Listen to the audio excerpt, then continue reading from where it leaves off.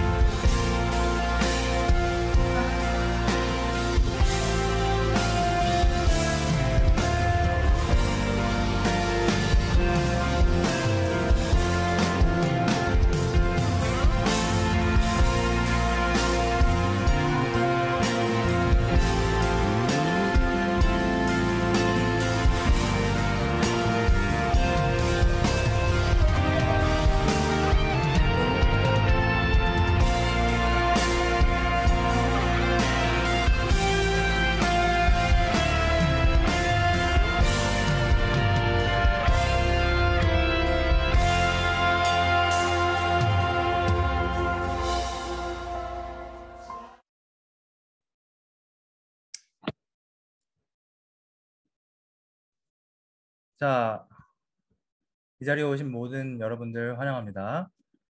자, 이번에는 성경 봉독을 하겠습니다. 마태복음 2장 1절에서 12절 말씀입니다. 헤롯 왕 때에 예수께서 유대 베들레헴에서 나셨다. 그런데 동방으로부터 박사들이 예루살렘에 와서 말하였다.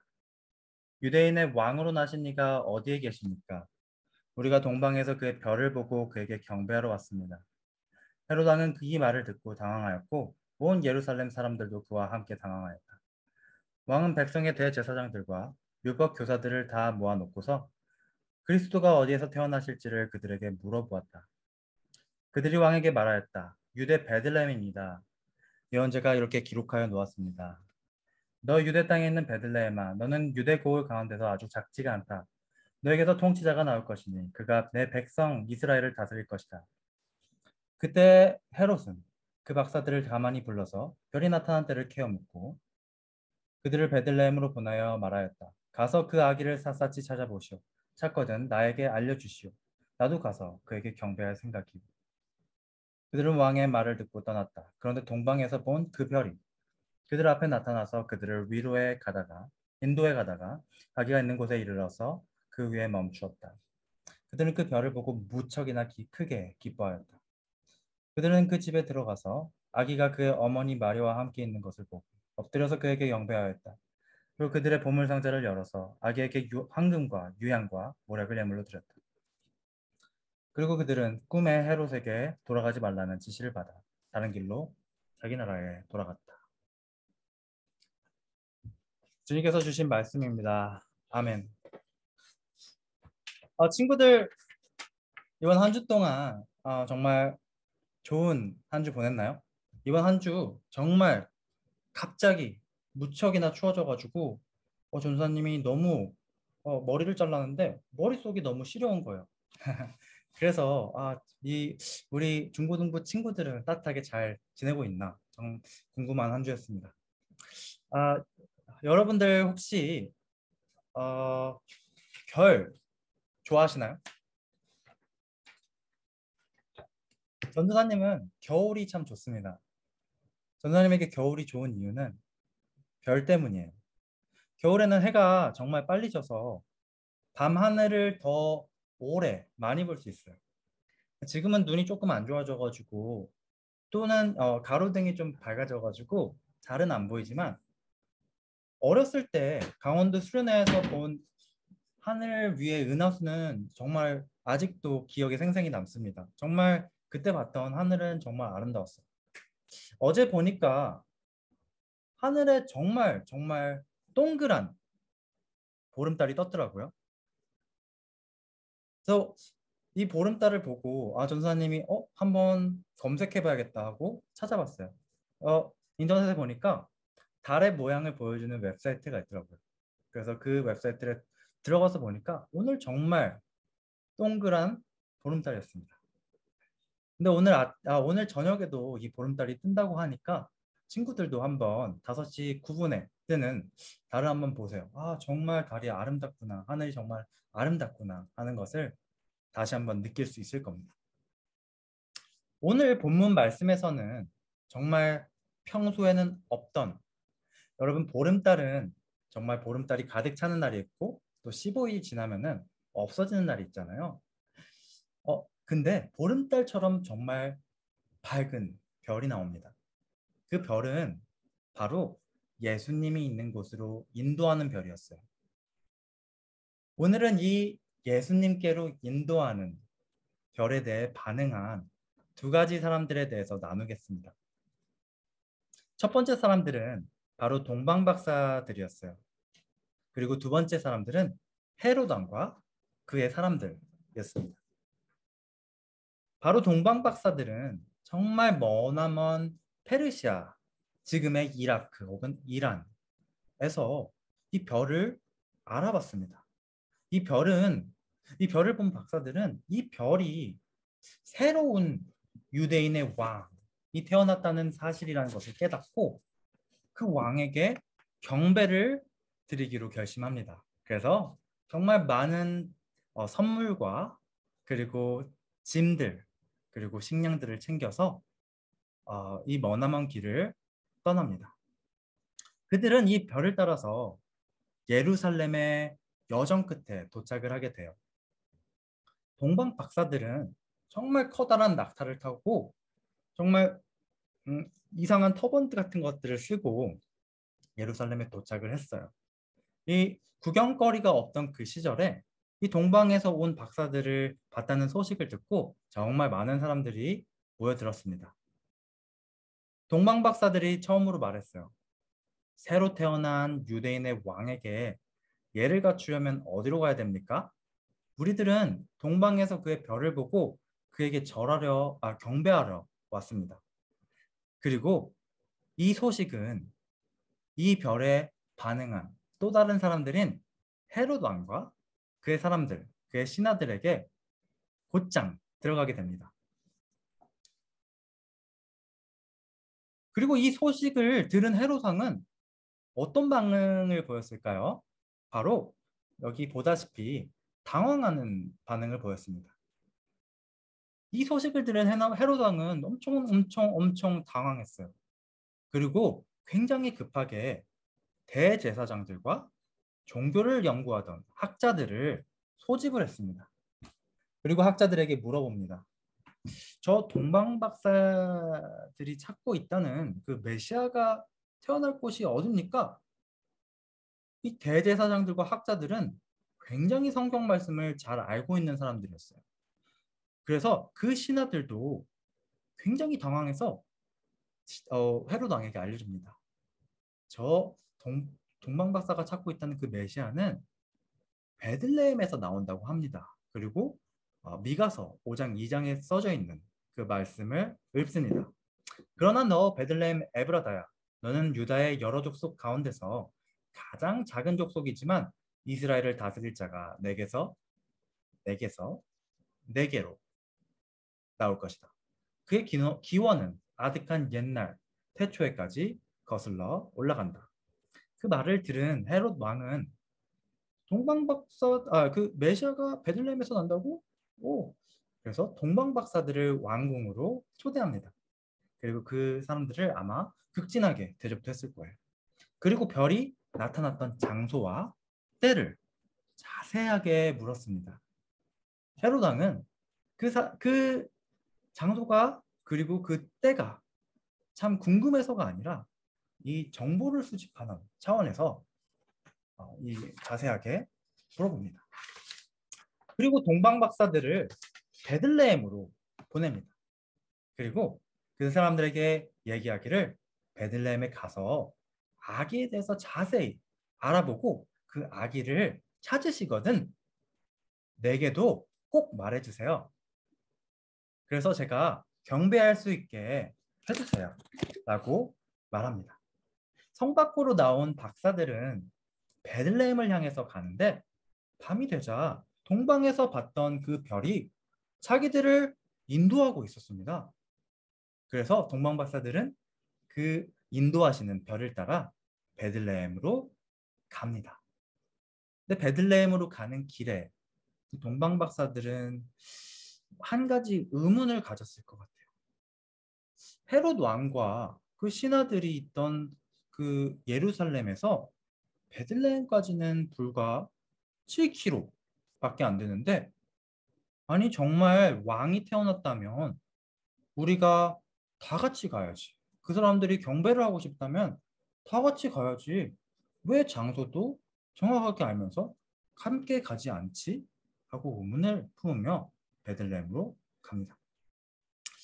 친구들, 하나님을 경배하지 않으면 하나님이신 예수님이 오셔도 우리가 머릿속으로만 알지 마음속으로는 믿지 않습니다. 여기서 왜 헤롯 왕과 신하들은 당황했을까요? 헤롯 왕은 유대 땅을 다스리지만 사실 유대인이 아니었어요. 그는 에돔이라는 이웃나라 사람이었습니다. 그 당시 이스라엘과 유다는 로마 제국에 의해서 지배를 받고 있었습니다. 그리고 그 당시 황제는 로마의 초대 황제였는데요. 그 초대 황제의 아버지 독재자 율리우스 카이사르랑 이 헤롯 왕의 아버지랑 굉장히 친한 절친이었기 때문에요. 그래서 이 헤롯 왕이 왕이 될 수가 있었습니다.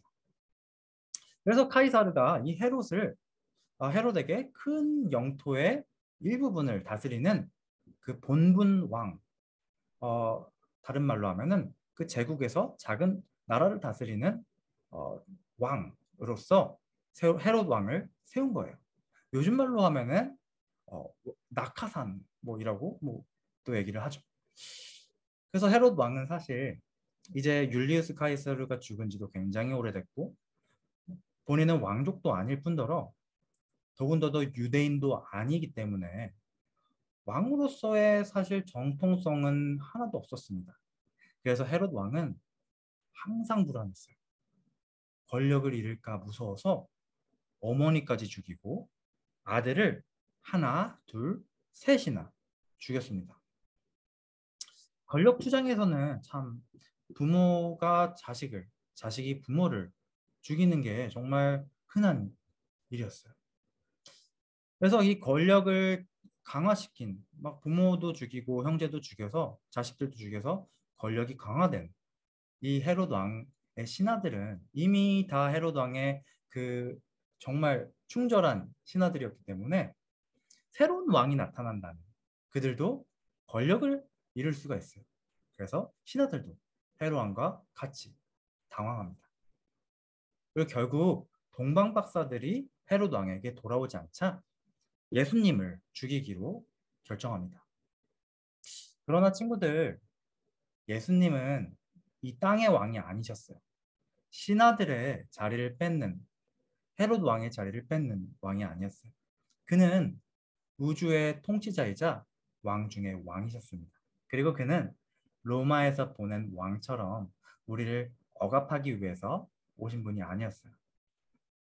로마에서 보낸 왕처럼 우리를 통제하고 또 우리를 핍박하기 위해서 오신 분이 아니었어요. 그는 우리를 죄와 사망에서 구원하시기 위해서 오신 왕이신 하나님이에요. 그리고 예수님께서는 이 땅에 가장 겸손한 모습으로 오셨습니다. 오늘 본문의 전장, 지난주에 나눴던 그 이야기를 잠깐 보면 요셉과 마리아가 나와요. 요셉과 마리아는 사실 그때 돈도 없고 친한 친척도 없고 그들을 도와줄 사람도 없고 정말 그런 상황에서 마국간에서 아기를 낳게 됩니다. 예수님이 하나님의 아들로 베들레헴에 오셨지만 정말 어떻게 보면은 겸손하고 초라한 모습으로 오셨어요. 정말 그 당시에는 예수님의 탄생을 축하해 줄 리가 아무도 없었던 것처럼 보였습니다. 참 힘든 상황이었어요. 누가복음 2장 11절에서 12절에 하나님이 천사들을 목자들에게 보내십니다. 오늘 다윗의 동네에서 너희에게 구주가 나셨으니 그는 곧 그리스도 주님이시다. 너희는 한 갓난아기가 포대기에 쌓여 구유에 뉘어 있는 것을 볼 터인데 이것이 너희에게 주는 표징이다. 라고 하십니다. 구유에 뉘어 있는 아기를 하나님이 증거로 보여주시는 거예요. 바벨론에 옛날에 그 500년도 더 전에 남유대가 포로로 잡혀갔을 때 유대 사람들은 바벨론의 이제 고레스 왕이 유다로 돌려주게 됩니다. 돌려보내줘요. 유대 사람들이 바벨론에서 돌아오다가 고향까지 오지 않고 중간에 살기 굉장히 좋았던 갈릴리 지방에 주저앉아서 살게 된 사람들이 많이 있었어요. 요셉의 가족은 그 중에 한 명이었습니다. 요셉은 유다 지파였지만 유다에 살지 않고 갈릴리 지방에 오래전부터 살고 있었던 거예요. 근데 로마 황제가 그때 마침 너네 원래 조상들이 살던 그 땅에 가서 호적을 등록을 해라. 주민등록을 등록을 해라. 라고 칙령을 내려요.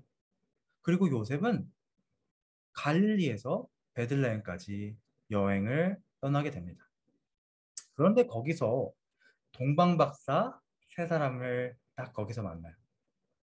이게 또 하나의 증거입니다. 하나님께서 동방박사를 보내주셨어요.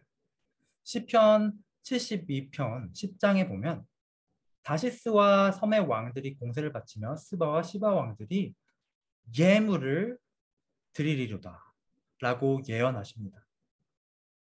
그리고 하나님께서는 이 예언을 동방박사들을 통해서 성취하세요.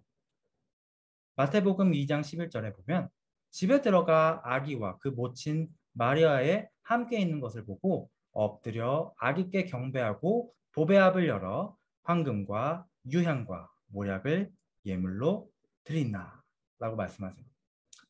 동방 박사들은 페르시아, 그 이란에서 이스라엘까지 먼 거리를 2달이나 걸려서 왔어요. 그 동방 박사들이 도착한 그 당시, 딱 그 당시에 베들레헴에 아기 예수님이 그 로마 황제의 명령 때문에, 칙령 때문에 마침 계셨던 거예요.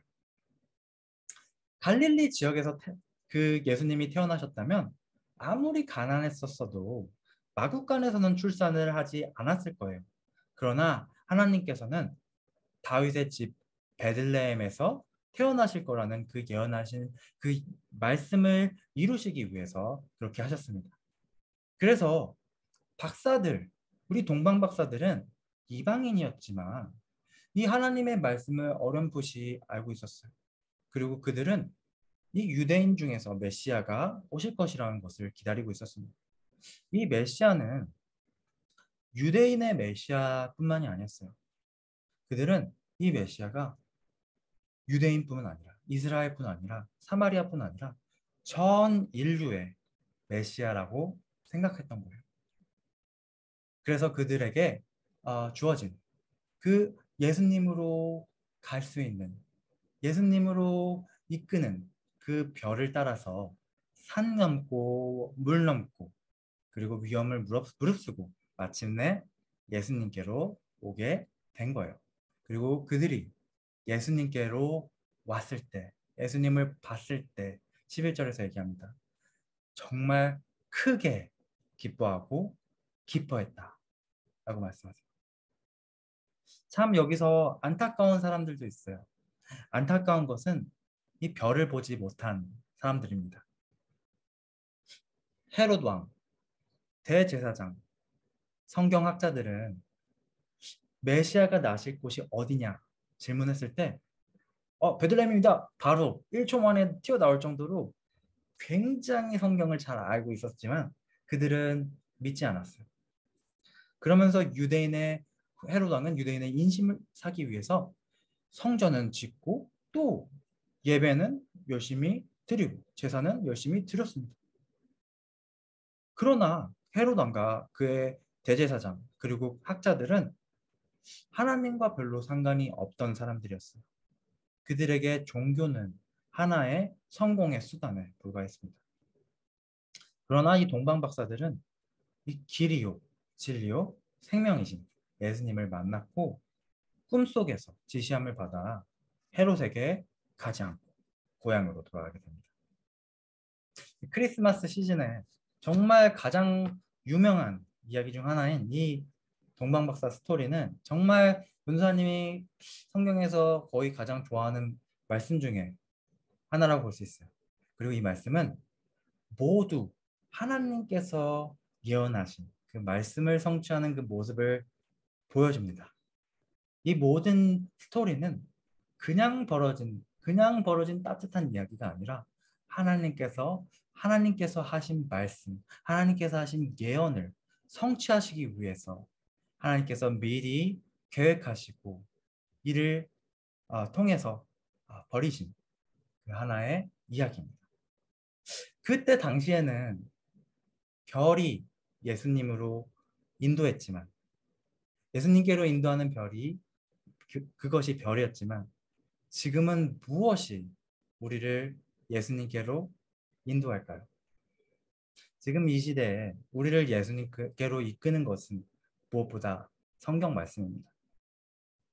여호와 하나님은 이 세상에 유일하게 변치 않으시는 분이고 또한 여호와 하나님께서 말씀하시는 모든 말씀도 동일하게 변치 않으십니다. 그러나 누군가는 성경 말씀을 들을 때 동방박사들처럼 하나님을 잘은 모름에도 불구하고 이 하나님의 말씀을 보고 하나님께로 다가가서 그를 경배하게 되는 사람이 있고 또 다른 누군가는 헤롯 왕처럼 하나님에 대해서는 어렴풋이 어렸을 때부터 교회에서 자라면서 잘 알고는 있으나 하나님과 그 하나님의 뜻에 반대되는 일을 하게 되는 경우가 있어요.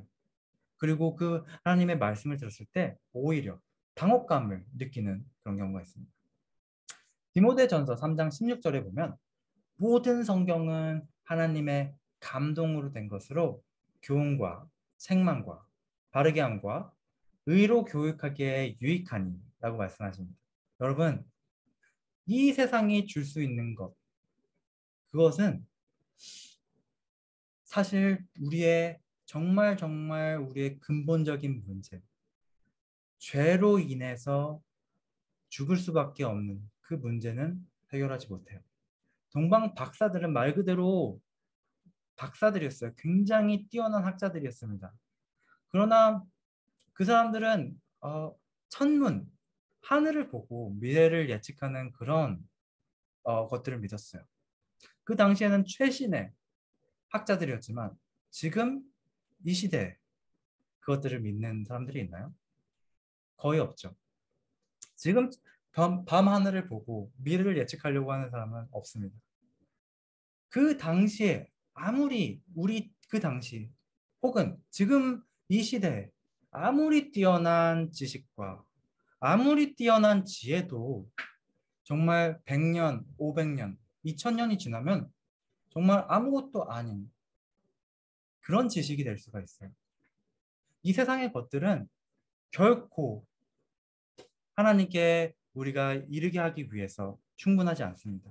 오직 우리가 충분하게 우리가 예수님께 다가갈 수 있는 결코 변하지 않는 진리, 우리를 예수님께로 다가게 해주는 정말 유일한 그 책은 성경 말씀뿐이에요. 하나님께서는 이 세상에 우리 허브 친구들을 위해서 정말 우리 허브 친구들을 사랑해서 그리고 저를 그리고 선생님들을 사랑해서 이 세상에 단 하나뿐인 아들이신 예수 그리스도를 보내셔서 십자가에 매달려 죽게 하셨어요. 그리고 그의 말씀이 적힌 책이 바로 이 성경 말씀입니다.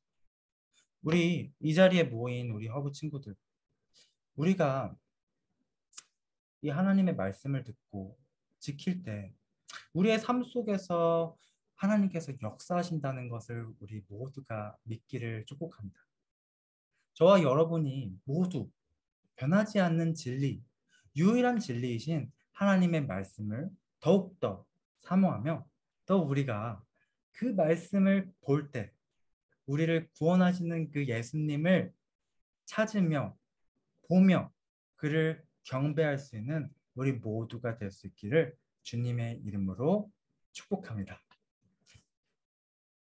자, 그러면은 기도하시겠습니다. 사랑이 많으신 하나님, 감사합니다. 오늘 우리가 정말 예수님께로 이끄는 그 별에 대한 말씀을 들었습니다. 우리에게 주어진 성경 말씀, 혹은 우리가 매주 듣는 예배 시간에 듣는 그 말씀, 그것들을 듣고 우리가 그냥 헤롯 왕처럼 당혹하거나 당황하거나 아니면은 예수 그 말씀을 거부하거나 그런 반응을 보이는 게 아닌 정말 우리가 그 말씀을 들었을 때 즉각 그 짐을 싸고 그리고 음식들을 챙기고 낙타들을 데리고 예루살렘으로 출발했던 그 동방 박사들처럼 우리가 하나님을 경배하고 하나님을 찬양하는 그런 반응을 보이는 우리 모두가 될 수 있기를 하나님 모두가 될 수 있도록 하나님께서 인도하여 주세요. 아니 그리고 우리가 정말 일주일 동안 매일매일 살아가면서 참 춥기도 하고 또 참 시험들도 있고 또 학원들도 있고 참 우리 많은 정말 어려움들이 있습니다. 하나님 이런 어려움들 속에서 우리가 참 하나님을 좀 더 의지하고 하나님과 좀 더 깊은 시간을 더 많이 가지고 하나님께 더 기도하는 시간을 가지는 그런 우리들이 될 수 있도록 하나님께서 저희 마음을 열어주세요. 사랑이 많으신 우리 구주 예수님 이름으로 기도드립니다. 아멘.